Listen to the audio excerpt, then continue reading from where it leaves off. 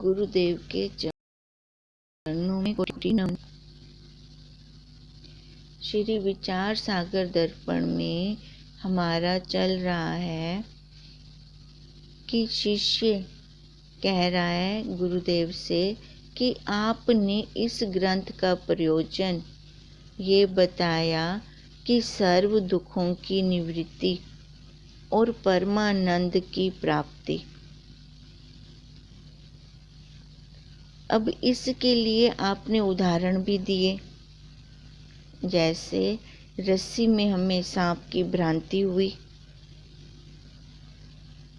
अब उस भ्रांति की निवृत्ति आपने ज्ञान के द्वारा हमारी करवाई, क्योंकि रस्सी में सांप तो था ही नहीं।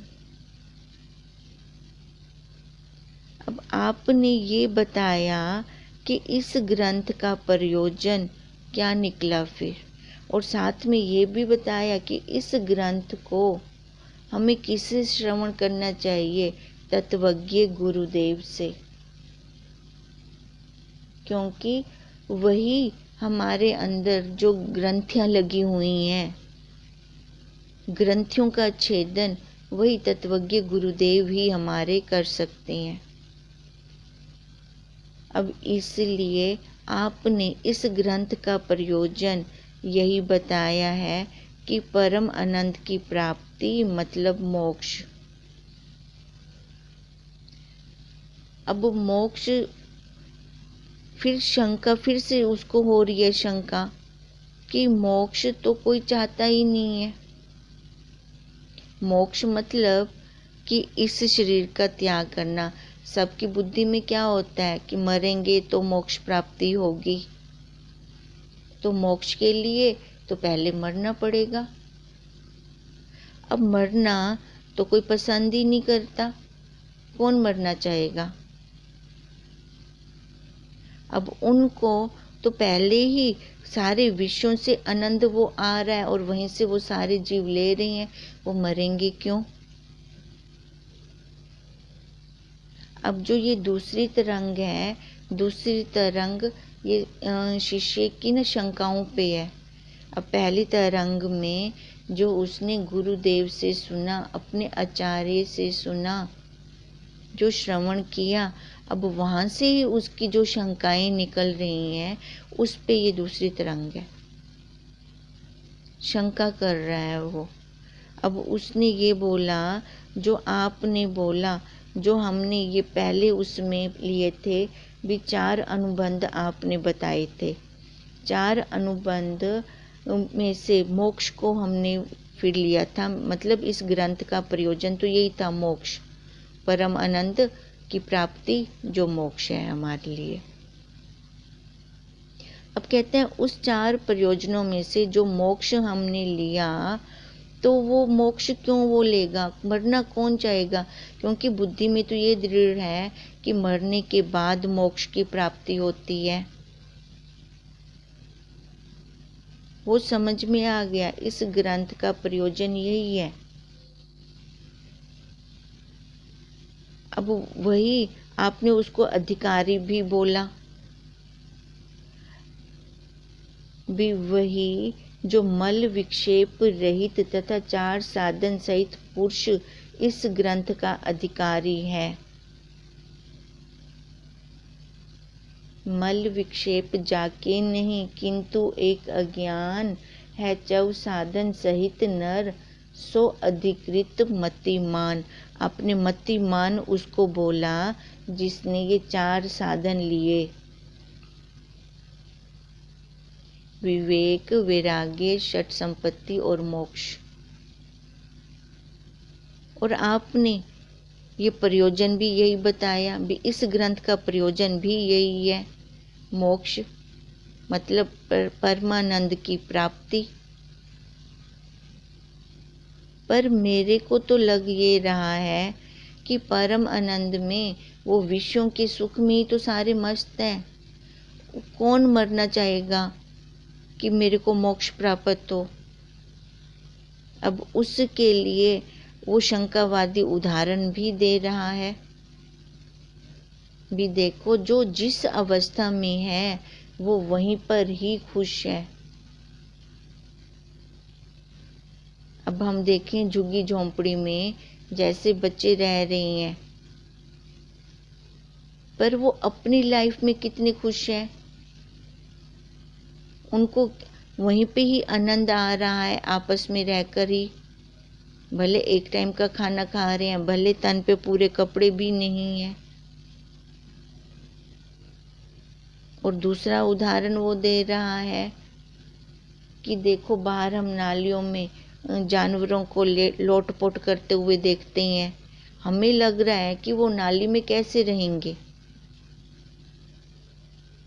और वहाँ से अगर हमें बहुत ज़्यादा उन पे दया आ रही है, उनको उठाकर अपने बिस्तर पे लेके बिठा दें, इसको अच्छा अच्छा खाना देंगे, वहीं अपने अच्छे अच्छे बिस्तर पे इसको सुमाएंगे, उसको लिटाएंगे, तो देखो वहाँ से वो उठकर, जब तक हम ऊपर डंडा लेके बैठे रहेंगे तब तक बैठे हैं। अब जब हम इधर उधर हुए, फिर वहाँ से उठकर फिर वो वहीं मिट्टी में जाके लेटनियाँ मारेंगे नीचे जाकर, फिर वो नीचे जाकर वहीं पर ही लोटपोट होंगे, क्योंकि उनको आनंद वहीं आ रहा है। फिर एक उदाहरण और दे रहा है वो शंकावादी। हमने अपने बुजुर्गों के मुंह से सुना है, मरा ता सुखी थी वहाँ, मर वैसा ता सुख में को प्राप्त थी से। देखो, वो खाली वाणी से बोलते हैं,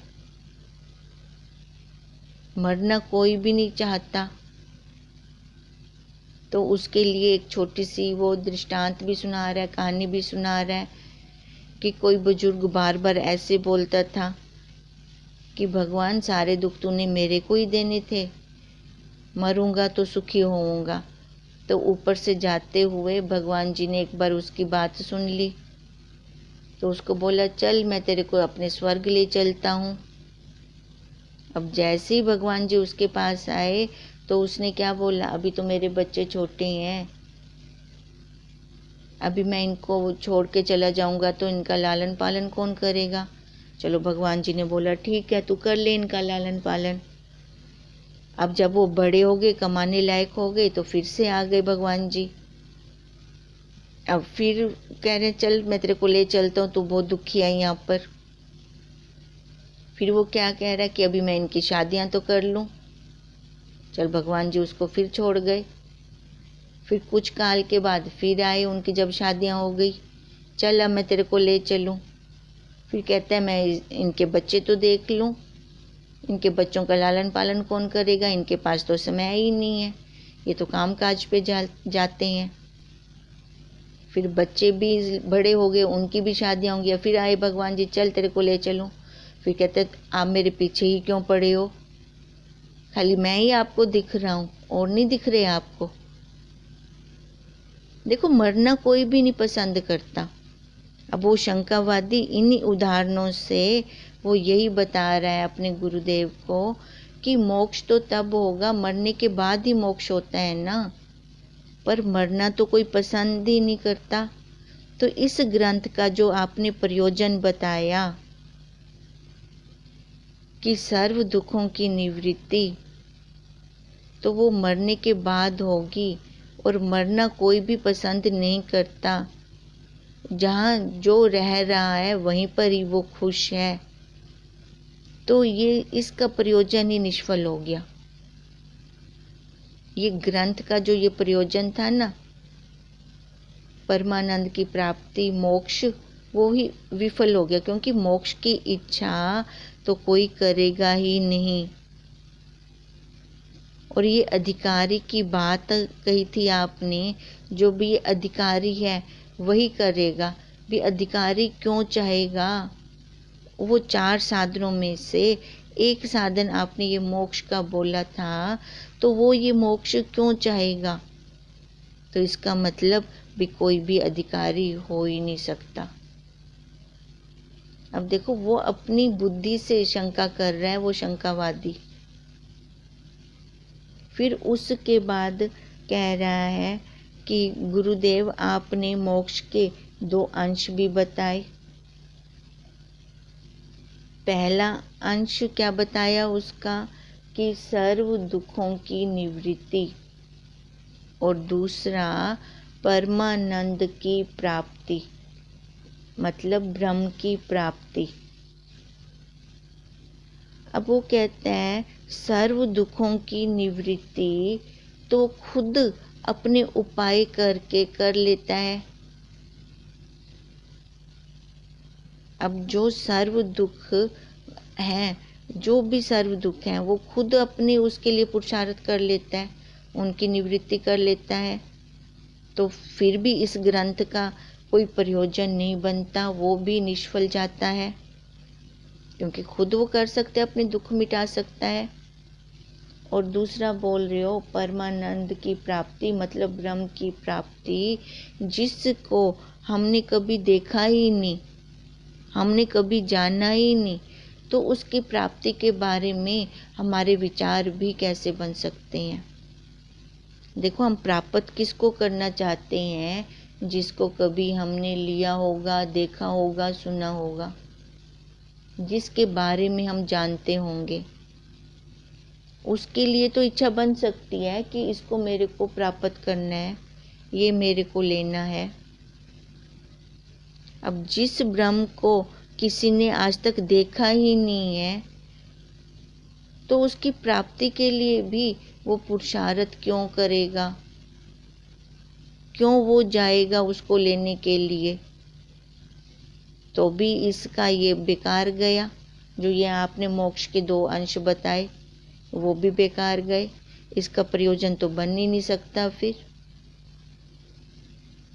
फिर आगे वो कह रहा है शंकावादी, जो आपने बोला कि दुखों की निवृत्ति, अब दुख भी आपने ही बताया कि 3 प्रकार के हैं। अब ये दुख 3 प्रकार के कौन से हैं? एक आध्यात्मिक दुख, आदि भौतिक दुख और आदि दैविक दुख। अब जो ये सबसे पहले है हमारा आध्यात्मिक दुख। अब ये आध्यात्मिक दुख ये मन से होते हैं, और आदि भौतिक दुख ये शरीर के होते हैं, और आदि दैविक दुख ये देवताओं से जो हमें मिलते हैं वो होते हैं। अब वो ये कहना चाह रहा है कि आध्यात्मिक दुख जो मन से होते हैं, वो तो मैं खुद ही डॉक्टर से दवाई वगैरह लेकर इसका मैं निवारण भी कर सकता हूँ। और जो आदि भौतिक दुख हैं, जो शरीर के दुख हैं, वो अपने पुरुषार्थ से मैं ख़त्म कर सकता हूँ, है ना। जैसे आदि भौतिक दुख हो गए, गर्मी लग रही है तो उसके लिए मैं एसी ले आऊँगा, ठंड लग रही है तो हीटर ले आऊँगा। तो वो तो मैं खुद भी पुरुषार्थ करके इन दुखों को निवृत्त कर सकता हूँ। और आदि दैविक दुख हैं, जो देवताओं से मिलने वाले दुख हैं, उन दुखों को तो मैं देवताओं को खुश करके भी कर सकता हूँ, निवृत्त कर सकता हूँ। ये जो आप दुख कह रहे हो, आध्यात्मिक, आदि भौतिक और आदि दैविक दुख, इन तीनों दुखों की निवृत्ति तो मैं अपने अपने उपायों से कर सकता हूँ, ये तो मैं कर लूँगा। फिर मेरे को इसकी क्या ज़रूरत है ग्रंथ की? फिर भी इस ग्रंथ की ज़रूरत नहीं पड़ती। और उसके बाद आप कह रहे हो कि ब्रह्म की भी प्राप्ति। अब जिसको मैंने आज तक देखा नहीं, आज तक जाना नहीं, तो उसकी ब्रह्म की प्राप्ति के लिए भी मेरे अंदर वो इच्छा क्यों पैदा होगी? क्योंकि वो वस्तु जो हम पहले देखे हैं, सुने हैं, या जिसका हमने कुछ भोग किया है, उस वस्तु को लेने के लिए ही तो मैं बाहर जाऊंगा ना, उसकी ही तो इच्छा होगी।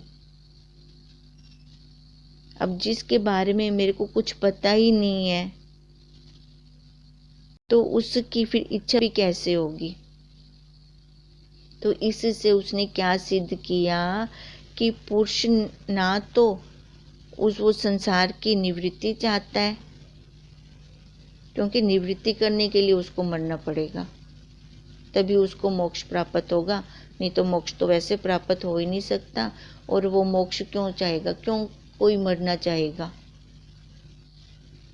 और वो ब्रह्म को भी क्यों प्राप्त करना चाहेगा, जिसको आज तक उसने ना सुना है, ना देखा है, ना कभी उसका अनुभव किया है।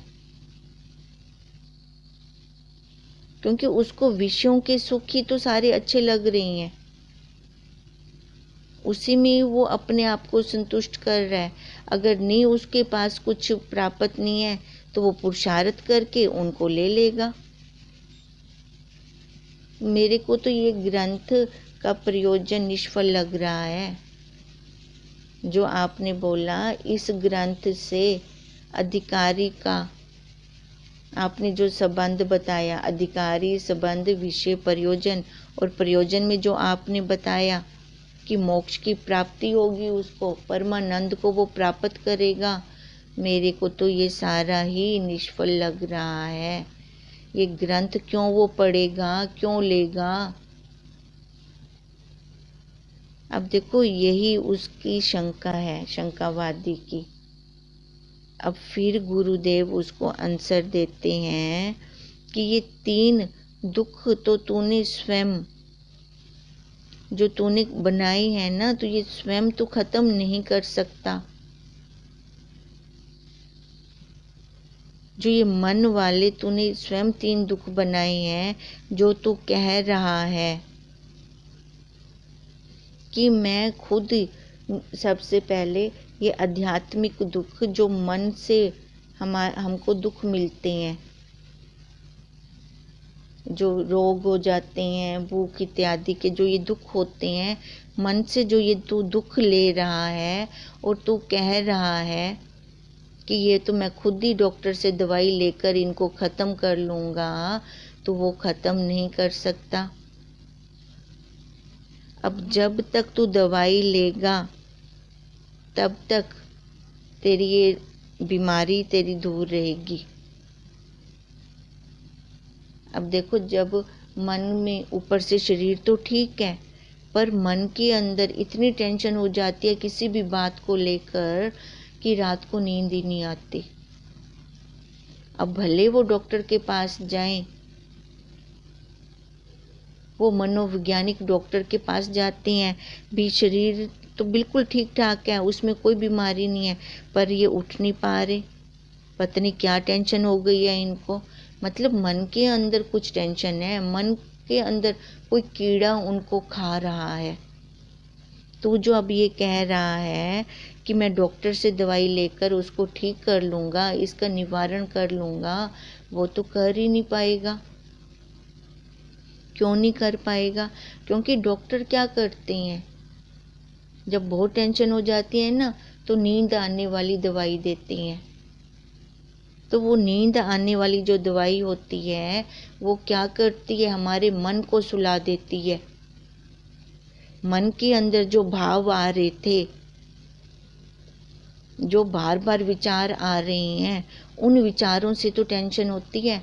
देखो हम सोते कब हैं, जब एकदम शांत होते हैं, सब कुछ छोड़ देते हैं। जब रात्रि को हम नींद लेते हैं, सारा कुछ, घर परिवार बच्चे सारा कुछ छोड़ देते हैं। जो अति प्यारा बच्चा भी होता है ना, उसको भी हम छोड़ देते हैं रात्रि को। अब कई बार जब बच्चे छोटे होते हैं, बहुत चपलता वाले होते हैं, सोने नहीं देते, बोलते रहते हैं, तो उनको भी डांटते हैं, चुप करके सो जाओ। या दूसरे कमरे में बोल रहे हैं और जहाँ हम सो रहे हैं वहाँ पे आवाज़ें आ रही हैं, तो भी हम उनको डांट लगाते हैं, सोने दोगे कि नहीं सोने दोगे। मतलब हम सबकी निवृत्ति चाहते हैं। तब कहते हैं कि सारा कुछ लय कर देते हैं हम अपने भावों को। जितना भी बिजनेस हमने आज के दिन किया था, जितना भी व्यवहार किया था घर परिवार में, सबको हम लय करते हैं पहले। अब ले करके फिर हमें नींद आती है। मतलब क्या कि हमने सब कुछ छोड़ा। अब जिनको नींद नहीं आती उनका मन चल रहा होता है, वो किसी चीज़ को, किसी बात को पकड़ के वो बार बार उसके ऊपर विचार कर रहे होते हैं, बार बार उसी को सोच रहे होते हैं। तो उससे क्या होता है, उनको नींद नहीं आती, टेंशन हो जाती है। तो फिर वो डॉक्टर के पास जाते हैं। जैसे ये शंकावादी कह रहा है, वो जो आध्यात्मिक दुख हैं वो डॉक्टर से मैं दवाई लेके उनको ठीक कर दूंगा। पर गुरुदेव कह रहे हैं, अरे भाई तो वो ठीक कर ही नहीं सकता। वो डॉक्टर क्या करेंगे, तेरे को नींद वाली दवाई दे देंगे। जो वो नींद वाली दवाई तेरे को देंगे, तेरे मन को सुला देंगे, तू सो जाएगा, तेरे को रिलैक्स तभी वो दिलवाएंगे। पर जैसे ही तू जागृत अवस्था में आएगा, वो टेंशन फिर से तेरे ऊपर खड़ी होगी। अब उस बीमारी को, उस टेंशन को खत्म करने के लिए तेरे को ज्ञान का सहारा लेना ही पड़ेगा। ज्ञान के बिना तेरी वो टेंशन खत्म नहीं हो सकती। अब पहला जो वो आध्यात्मिक दुख कह रहा था, मन के दुख, तो डॉक्टर से मैं दवाई लेकर ख़त्म कर लूँगा। वो तब तक ख़त्म होंगे जब तक तू सोया रहेगा। अब तू बता, तू क्या पूरी उम्र ऐसे सोया रह सकता है बेहोशी में? बेहोशी में तो सोना है हमें संसार की तरफ से, पर कैसे सोना है? अपनी समझ से। ये नहीं कि नींद की गोली लेकर सोना है, नहीं, संसार की तरफ से बेहोश होना है। पर वो कैसे होगा? ज्ञान से होगा।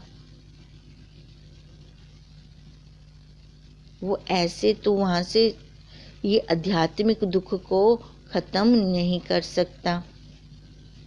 पहला दुख जो ये बताया कि आध्यात्मिक दुख मन से मैं ख़त्म कर लूँगा। डॉक्टर से दवाई लेकर जो आध्यात्मिक दुख मन वाले होते हैं, मैं डॉक्टर से दवाई लेकर ख़त्म कर लूँगा। वहाँ पे गुरुदेव ने क्रॉस लगा दिया, भाई तो अपनी बुद्धि से वो ख़त्म नहीं कर सकता। अब दूसरा वो कह रहा है आदि भौतिक दुख। अब आदि भौतिक दुख होते हैं शरीर से, जो शरीर के साथ जुड़े होते हैं। जैसे चोर चोरी कर गया, या शरीर के एक्सीडेंट में कुछ शरीर की हानि हो गई, या फिर जो इसको भूख प्यास दुख सुख लग रहा है वो हो गई। वो कह रहा है वो शंकावादी कि मैं पुरुषार्थ कर लूँगा, पुरुषार्थ करके ये आदि भौतिक दुख मैं ख़त्म कर दूँगा। अब फिर वो गुरुदेव कह रहे हैं, अरे भाई तू ये भी अपने आप ख़त्म नहीं कर सकता। अब जो शरीर के दुख हैं, वो शरीर जब तक है वो रहेंगे ही रहेंगे, उनकी निवृत्ति नहीं हो सकती। उनकी निवृत्ति शरीर के साथ ही होगी। अब मान लो जो तू ये कह रहा है एसी है, गर्मी लग रही है तो एसी ले आऊँगा, भले ये तो कर ले ख़त्म, ये भी कुछ काल के लिए ही ख़त्म होंगे। इनकी भी एक्सपायरी साथ में लगी होती है, ये भी पूर्ण ख़त्म नहीं होते। और मान लो शरीर में कोई ऐसी बीमारी लग जाती है, कैंसर की या कुछ भी, देखो ये शरीर की ना प्रारब्ध है। जो इस शरीर की प्रारब्ध है वो तो इसको भोगनी ही पड़ेगी, वो ऐसे ख़त्म नहीं हो सकती। ये भोग कर ही ख़त्म होगी शरीर की प्रारब्ध। पर वो तो भोगेगा कैसे? ज्ञान के सहारे से। जो इसकी प्रारब्ध है वो तो ज्ञान के सहारे से भोग सकता है। ज्ञान के सहारे से मतलब गुरुदेव जैसे हमें युक्ति देते हैं कि तू देख इसको, इसको देख, मैं देही नहीं हूँ। जब तू ऐसा देखता रहेगा फिर जाकर वो दुख आते हुए भी हमें लगते नहीं हैं। उनकी निवृत्ति तब होगी। और तू कहे कि मैं अपने पुरुषार्थ से कर लूँगा इनकी निवृत्ति, वो पॉसिबल नहीं है। वहाँ से तू निवृत्ति नहीं कर सकता। वो जब तक शरीर का लेन देन है, वो भुगतान जब तक नहीं करता तब तक वो वहाँ से हटेगा नहीं, वो चलता ही रहेगा। अब उसके बाद वो तीसरा दुख जो तू कह रहा है, आदि दैविक दुख, जो देवताओं से मिले होते हैं दुख, उन दुखों को भी मैं निवृत्त कर लूँगा उनकी पूजा करके, तप करके, उपासना करके। अब जो ये आदि दैविक दुख होते हैं, जैसे बाढ़ आ जाए, सूखा आ जाए, अब तू वो कह रहा है कि मैं जप तप करके ख़त्म कर लूँगा। गुरुदेव कहते हैं वो तो अपनी बुद्धि के बल से वो भी नहीं ख़त्म कर सकता। देखो, जब बाढ़ आती है तो नुकसान सभी को नहीं होता। वो देवताओं के जो दुख जिसके प्रति होते हैं, जिनका को जो ताना बाना बनना होता है, वो उसी को ही आके प्राप्त होते हैं। जब सूखा आता है तो सारे उस सूखे में नहीं मर जाते, फिर भी कोई शेष रह जाते हैं, क्योंकि उनकी प्रारब्ध में देवताओं ने उनको दुख देना नहीं था। वो वाले दुख उनकी प्रारब्ध में नहीं थे, आदि दैविक दुख। और तू कह रहा है कि देवताओं को मैं प्रसन्न कर लूँगा, उनकी पूजा अर्चना कर लूँगा, उनको मैं मना लूँगा।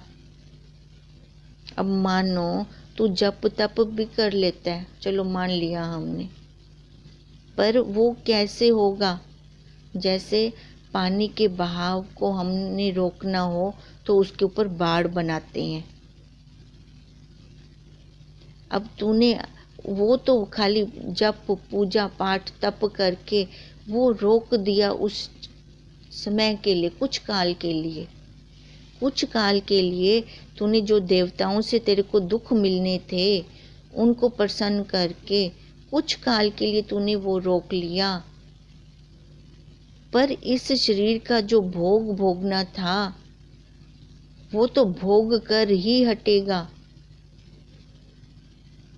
अब देखो, जब पानी का भाव अभी भी पीछे हुआ है कि वो कैसे ऊपर से गिरा है, तो वहाँ पे हरिद्वार के पास जो अभी पीछे घटना घटी थी, कैसे पानी का बहाव एकदम इतना बढ़ गया था कि आगे उनको वो सारे बंधन जो लगाई बैठे थे वो हटानी पड़ी, हटाकर वो पानी को इधर उधर वो करना पड़ा। अब ऐसी जब वो हट जाता है, बाढ़ जो लगाते हैं पानी को रोकने के लिए, पानी के बहाव को रोकने के लिए, अब वही जो बाढ़ आगे लगाई थी जब वो हटता है तो बहुत प्रेशर से पानी आता है फिर। अब ये जब तक तू करेगा तब तक तो वो रुकेंगे, पर जब वो तो बंद कर देगा जब तब करना, फिर वो बड़े प्रेशर के साथ वो बहाव आएगा तेरे कर्मों का। वो फिर वो रोकने पर भी नहीं रुकेगा, वो ज़्यादा बढ़ जाएगा। अब बता, अब ये इस आदि दैविक दुख को भी तू ऐसे ख़त्म कर सकता है कि नहीं कर सकता? ऐसे तू अपनी कह रहा है मैं उनको जब तब से ख़त्म कर लूँगा, पर वो भी ख़त्म नहीं होंगे, वो पीछा नहीं छोड़ते। इस शरीर में तू बहुत जब तब कर रहा है, पर अगले शरीर में फिर से वो आ जाएंगे तेरे पास। मान लो ये भी शंका है कि मैं इस शरीर में बहुत जप तप कर लूँगा, पर शरीर की निवृत्ति तो नहीं होगी, कर्मों की निवृत्ति तो नहीं होगी। कर्मों की निवृत्ति तो कैसे होगी? ज्ञान से। और वो ज्ञान अगर तू नहीं लेगा, खाली अपने ऊपर ही तू भरोसा रख के बैठेगा कि मैं इतना जपी हूँ, इतना तपी हूँ, मैं इतना अनुष्ठान कर सकता हूँ, इतना कुछ कर सकता हूँ और मेरे ये सारे दुख मैं खुद खत्म कर सकता हूँ। क्योंकि शंकावादी ने ये शंका की है कि ये दुखों की निवृत्ति के तो उपाय बहुत सारे हैं, मैं खुद कर सकता हूँ इन दुखों की निवृत्ति।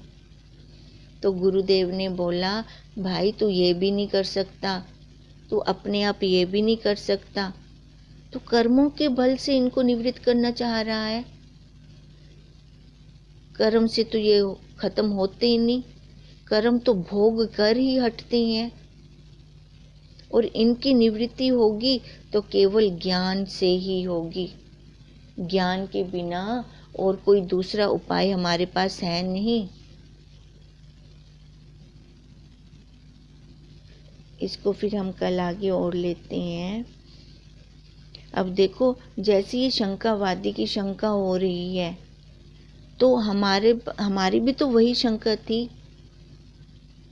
हम खुद बन के बैठ जाते थे कि मैं इतना तप करूँगा, इतना जप करूँगा, मैं ये ख़त्म कर सकता हूँ, ये सिद्धि ले सकता हूँ। पर वो मोक्ष जो हम चाहते थे कि हमें मोक्ष प्राप्ति हो, वो वाली मोक्ष प्राप्ति नहीं होती। मोक्ष की प्राप्ति ये तो ठहराव के साथ समझ में आया, बैठते बैठते समझ में आया कि मोक्ष किसका होता है। फिर जाके हमने देखा ये। अब कैसे जैसे शंकावादी का एक शंका उठ रही है, हमें तो वो सही लग रही है बिल्कुल ही, पर वो बुद्धि से गुरुदेव ने कैसे बुद्धि के बल निकालने के लिए सूक्ष्म से अति सूक्ष्म अंसर, और ये अति सूक्ष्म अंसर भी तत्वज्ञ गुरुदेव ही दे सकते हैं, वो भी जब उनकी कृपा होगी तो। और कृपा तो तब होगी जब शिष्य उनके कहे अनुसार नियमों में चलेगा, नियमों का पालन करेगा, तब जाकर ये कृपा उस शिष्य के ऊपर बरसती है। हम भी अपना उद्धार करना चाहते हैं तो ऐसी कृपा हम भी गुरुदेव से अपने लिए लें, और तब होंगे कर और पा। पहले तू कर, फिर गुरुदेव अपने आप देते हैं। पहले वो 3 काम तो तेरे को खुद करने पड़ेंगे। ध्यान मूलम गुरु मूर्ति, पूजा मूलम गुरु पदम, मंत्र मूलम गुरु वाक्यम, मोक्ष मूलम गुरु कृपा। अब मोक्ष तो तब होगा जब गुरु की कृपा बरसेगी। पहले 3 काम शिष्य के, चौथा काम गुरु का, वो अपने आप कर देते हैं। फिर कहने की जरूरत नहीं है वहां पर।